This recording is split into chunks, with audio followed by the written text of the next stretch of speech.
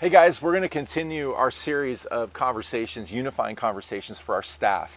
And the whole point and purpose of this is so that some of the hotter topics, maybe even theological, sociological, doctrinally, that we can kind of become unified on. And I think some of them, for the most part, we're all unified on, but some might be a little bit more difficult.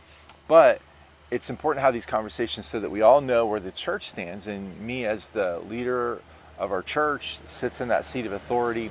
It's important you hear from me on these so that we can all be unified whenever the questions come up. For example, someone on Sunday comes to you and says, hey, what's the church's stance on abortion? Which is the conversation we're going to have today. You will have a biblical response. A biblical response. And that's the key, is that we have a biblical worldview, that we don't see things from the lens of our feelings. We don't see them from the lens of politics. We don't see them from the lens of what social media says and the trends there. We say what the truth is from Scripture. And I have, obviously, the Bible with me here.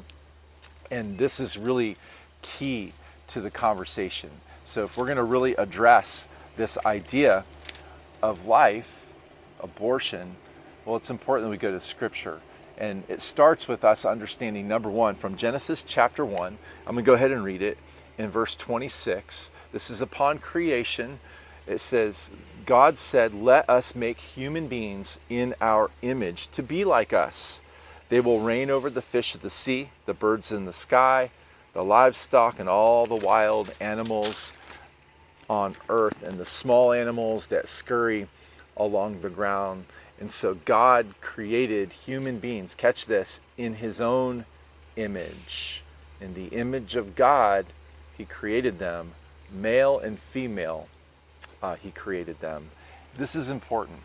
Abortion is a hot topic, none hotter than right now because of the recent Supreme Court decision that was made.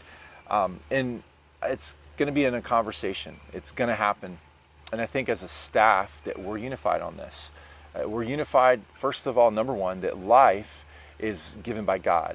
God creates life. Okay, if we come from the worldview that says that, we are responsible for life, that human beings are responsible and we can do what we want with it, well, then a child in the womb of a mother is disposable to do whatever that mother wants to do. But if we see through the lens of biblical worldview from Scripture, God creates. Therefore, when God creates, it's not up to us to decide what to do with that creation. Or, do you understand what I'm saying? Now, abortion is an issue that has come from years and years of humanism, where we can do whatever we want to do.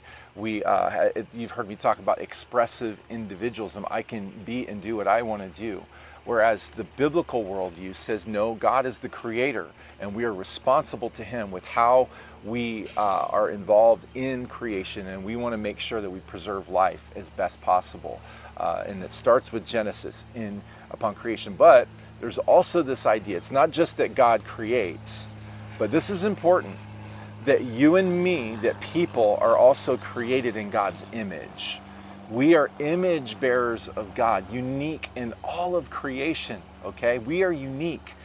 Human beings are. And so when one is a child, when a child is in the womb, that child is representative of God's image and is an image bearer of God. And so, first of all, God is the creator and creates all people. Secondly, we are created in God's image. And there's a couple implications there. When we're created in God's image, there's this idea of relationship. We have a unique relationship with God, unique, again, in all of creation. But we have, secondly, a responsibility to honor that relationship that we are created in his image. So, to speak of the topic of abortion, unified as a staff, we would say that abortion is not a good thing. As a matter of fact, it's not a God-honoring act. It's us taking human life and disposing of it, and maybe even taking less of an approach that God created, and more so that child is not created in God's image. And that leads us to a whole second idea, whereas many people who are embracing abortion as an option disregard the idea that the child in the womb is actually a child. It's just tissue, it's just mere flesh. Well, you don't have to go very far with that. Science and biology with technology today will prove otherwise, that the child in the womb is actually a child in the womb. Not a tissue, not flesh, but a living human being that sucks a thumb, that interacts, that if you've been pregnant, which obviously I never have been, but I know many who have experienced and shared their experiences of the child in the womb. So the bottom line is this: abortion is not something that we accept as a normal human action or response to pregnancy. Although there's inconvenience, although there are things maybe economically can be challenging, we know that that child is born and lives and has should have the opportunity to be a fully functioning part of society. Why? Because they're, number one, created by God, and number two, outside of that, are created in God's image, and we hold high esteem of humanity at every level. We live in a culture of death. We live in a culture that embraces death, and abortion is a part of that.